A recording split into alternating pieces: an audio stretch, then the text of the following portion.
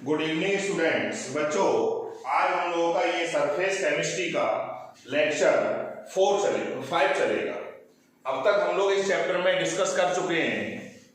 सबसे पहले हमने डिस्कस किया था एडजॉर्प्शन, उसके बाद हमने डिस्कस करा कैटलिस्ट। अब नेक्स्ट है कोलाइड्स। साइंटिस्ट थे थॉमस ग्राहम। सबसे पहले थॉमस ग्राहम ने जितने भी सॉल्युबल कंपाउंड्स हैं वो सॉल्युबल कंपाउंड्स को सॉल्यूशन बनाया उनका, और उनको एक फिल्टर पेपर होता है जिसको हम बोलते हैं पार्चमेंट पेपर। पार्चमेंट पेपर से उसको फिल्टर करा और उसकी स्टडी करी, तो उन्होंने कहा था कि जितने भी सॉल्युबल कंपाउंड्स हैं ये दो टाइप के होते हैं, कोलाइड्स और दूसरे होते हैं क्रिस्टलॉइड्स। कोलाइड्स इन्होंने ये कहा कि वो सारे कंपाउंड्स जिनका सॉल्यूशन पार्चमेंट पेपर से पास नहीं होगा उनको हम क्या बोलेंगे, कोलाइड्स। और जिन कंपाउंड्स का सॉल्यूशन पार्चमेंट पेपर से पास हो जाएगा उसको इन्होंने नाम दिया क्रिस्टलॉइड्स। इनके सॉल्यूशन को धीरे धीरे अगर हम गर्म करें तो दोबारा सॉल्वेंट उड़ जाएगा और क्रिस्टल्स दोबारा बन जाएंगे, जबकि इस सॉल्यूशन से दोबारा क्रिस्टल्स नहीं बनेंगे। यानी वो कंपाउंड्स कोलाइड्स होते हैं जिनका सॉल्यूशन पार्चमेंट पेपर से पास नहीं होता है। जिनके सॉल्यूशन से क्रिस्टल्स नहीं बन सकते हो उनको हम क्या नाम देंगे, कोलाइड। जिनके सॉल्यूशन से क्रिस्टल्स बन जाएंगे और जिनका सॉल्यूशन पार्चमेंट पेपर से पास हो जाएगा, डिफ्यूज हो जाएगा, उसको क्या नाम दोगे, क्रिस्टलॉइड। एग्जाम्पल, NaCl को पानी में घोल दो या चीनी को, शुगर को पानी में घोल दो। इसका एग्जाम्पल इन्होंने कह दिया मान लो मिल्क। अब NaCl को जब घोला पानी में तो वो बिहेव करने लगा क्रिस्टलॉइड की तरह। समस्या यहां पे क्या आई, NaCl को घोला जब पानी में तो ये बिहेव करने लगा क्रिस्टलॉइड्स की तरह। यानी इसका जो सॉल्यूशन है वो पार्चमेंट पेपर से पास हो गया और उस सॉल्यूशन से क्रिस्टल बन गए। और जब NaCl को घोला बेंजीन में तो ये बिहेव करने लगा कोलाइड्स की तरह। अब NaCl को क्रिस्टलाइड बोलोगे या कोलाइड बोलोगे, ये समस्या स्टार्ट हुई। बाद में ये पता लगा कि कोलाइड कोई पर्टिकुलर कंपाउंड नहीं होता है, बल्कि हर कंपाउंड को हम कोलाइडल फॉर्म में कन्वर्ट कर सकते हैं। कोलाइड एक पर्टिकुलर साइज की रेंज होती है, उस रेंज में अगर किसी भी चीज को आप ले आओगे तो वो कोलाइडल फॉर्म में आ जाएगी।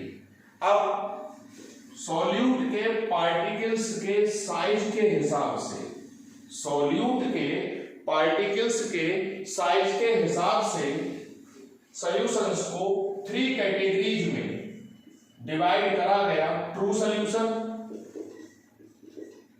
कोलाइडल सॉल्यूशन और सस्पेंशन। अगर पार्टिकल्स का साइज, ये जो साइज मैं लिख रहा हूं बच्चों, ये सॉल्यूट पार्टिकल्स का साइज है।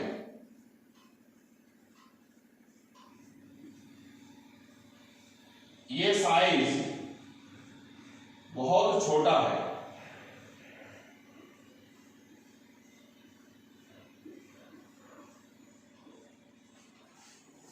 अगर ये साइज थोड़ा सा बड़ा हो जाएगा, मैं इस साइज की रेंज लिखूंगा अभी,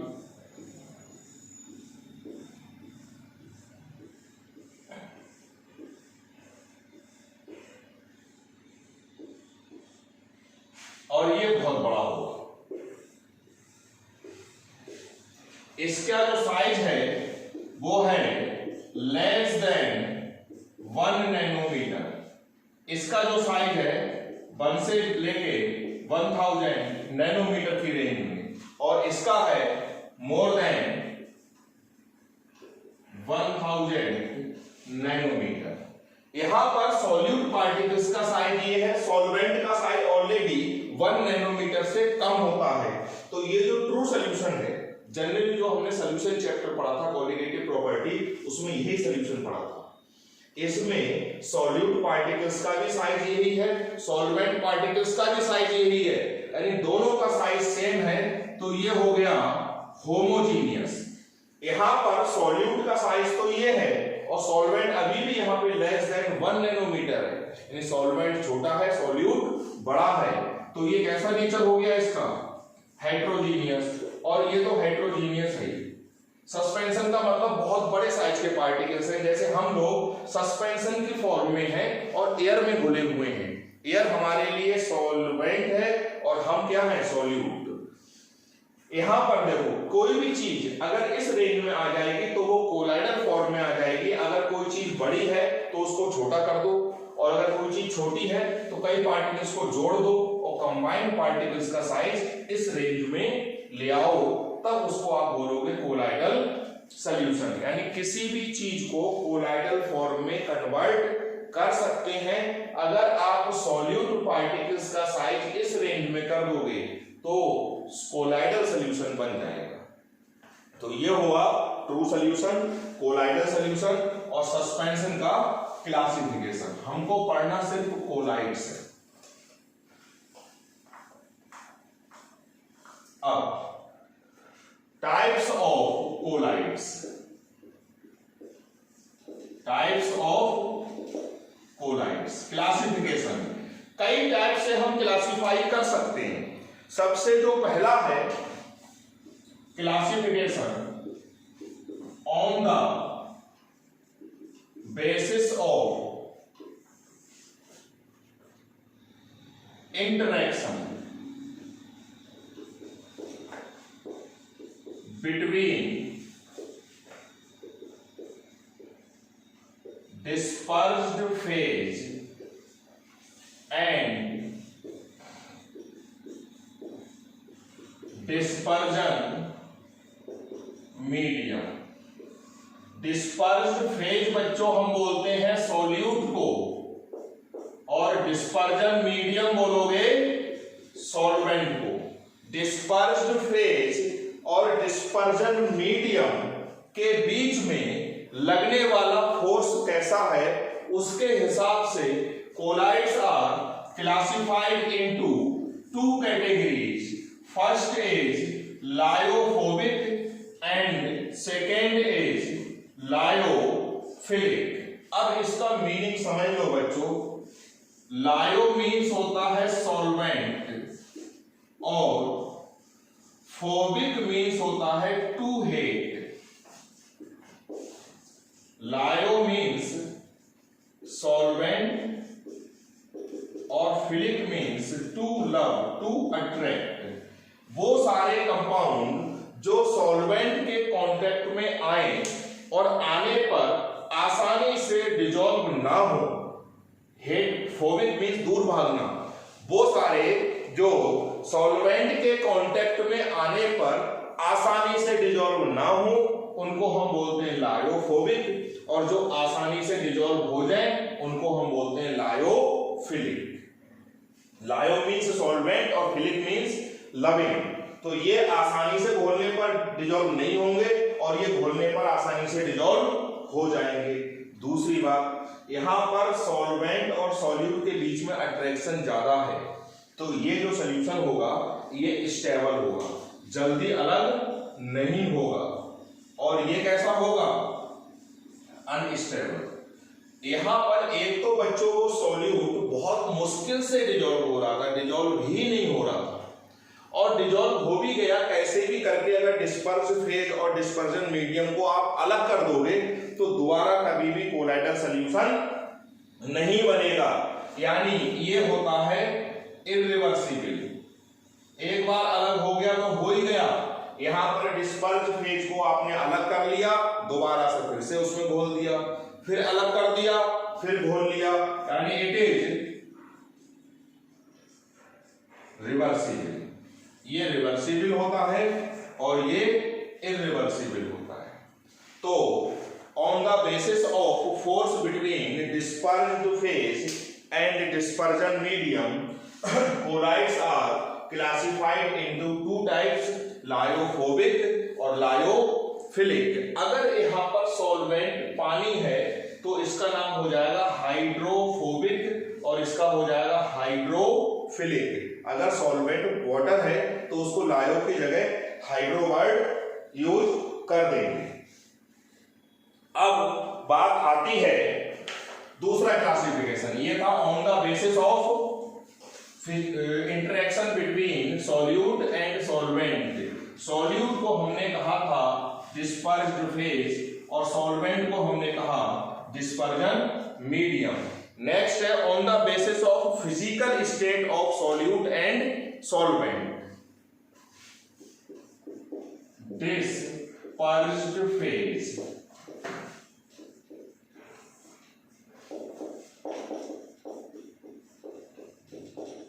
dispersion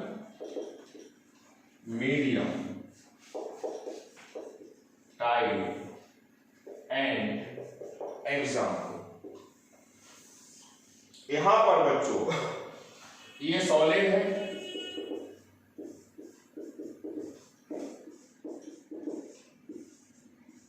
liquid, liquid, liquid, gas, gas, gas.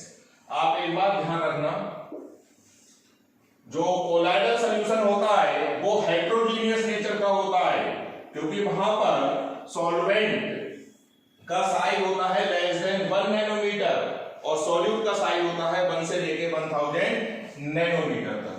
तो ये solid, liquid, gas, solid, liquid, gas, solid, liquid, ये 9 टाइप्स। सॉल्यूशन में भी ये था कि सॉल्यूशन 9 टाइप का था। यहां पर ये वाला केस बच्चों हट जाएगा। A gas dissolved in another gas always forms a homogeneous mixture, hence it is not a colloidal solution।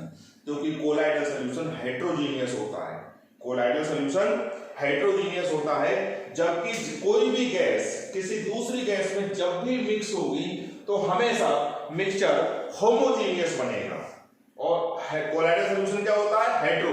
तो on the basis of physical state of dispersed phase and dispersion medium, salts are classified into 8 types। 9th वाला type हमने हटा दिया। NCERT में page number 134 पे एक ही table दे रखी है कि कौन है सॉलिड, सॉलिड होगा, जेल होगा, कब इमल्जन होगा, कब क्या होगा। ये टेबल आप यहां से करोगे, हम लोग यहां पर ये टेबल लिखने में टाइम खराब नहीं कर रहे हैं। तो on the basis of physical state of solute and solvent, sols are, sols बोलते हैं कोलाइडल सॉल्यूशन को सॉल्ट में। सॉल का मतलब कोलाइडल, अगर हम लिखेंगे सॉल इसका मतलब कोलाइडल सॉल्यूशन की शॉर्ट फॉर्म। अगर हम लिखेंगे सॉल्स कोलाइडल सॉल्यूशन की प्लूरल फॉर्म, ऐसा लग गया।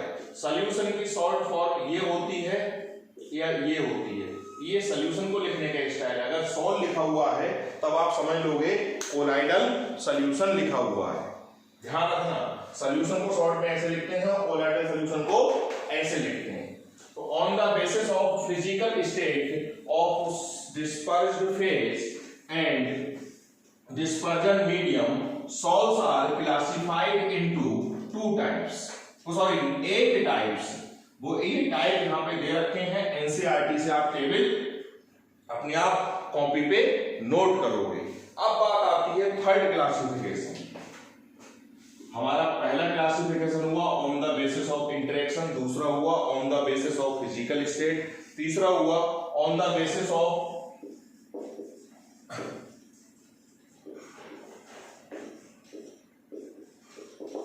Colloidal particles. इस बेसिस पर कोलाइडल सॉल्यूशंस को हमने 3 कैटेगरीज में डिवाइड करा। पहला था मल्टी मॉलिक्यूलर कोलाइड्स, दूसरा था मैक्रो मॉलिक्यूलर कोलाइड्स, नेक्स्ट था एसोसिएटेड कोलाइड्स। ये 3 कैटेगरी अब हमको पढ़नी है कि कौन से मल्टी मॉलिक्यूलर कोलाइड होते हैं, फिर उसके एग्जाम्पल्स लर्न करने हैं, कौन से मैक्रोमोलिकुलर होते हैं उनके एग्जाम्पल्स लर्न करने हैं, और कौन से एसोसिएटेड कोलाइड होते हैं उसके एग्जाम्पल्स हमको लर्न करने हैं। ये क्लासिफिकेशन के बाद हम इनके पढ़ेंगे मेथड्स ऑफ प्रिपरेशन, प्यूरिफिकेशन और प्रॉपर्टीज। इतना है इस टॉपिक में, यानी नेक्स्ट छोटी छोटी अगर हम 2 वीडियो और काउंट करेंगे तो उसमें टॉपिक फिनिश हो जाएगा।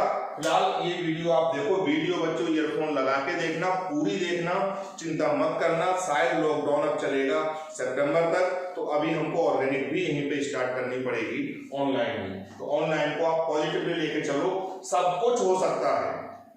मैं आपको वही पॉजिटिव फीलिंग देने की कोशिश कर रहा हूं जो जनरली दी जाती है फिजिकल क्लासरूम में। आप सपोर्ट करो और आगे बढ़ो, नोट्स जरूर बनाओ, मैं सबकी कॉपियां चेक करूंगा। आज के लिए बच्चों इतना ही, थैंक यू।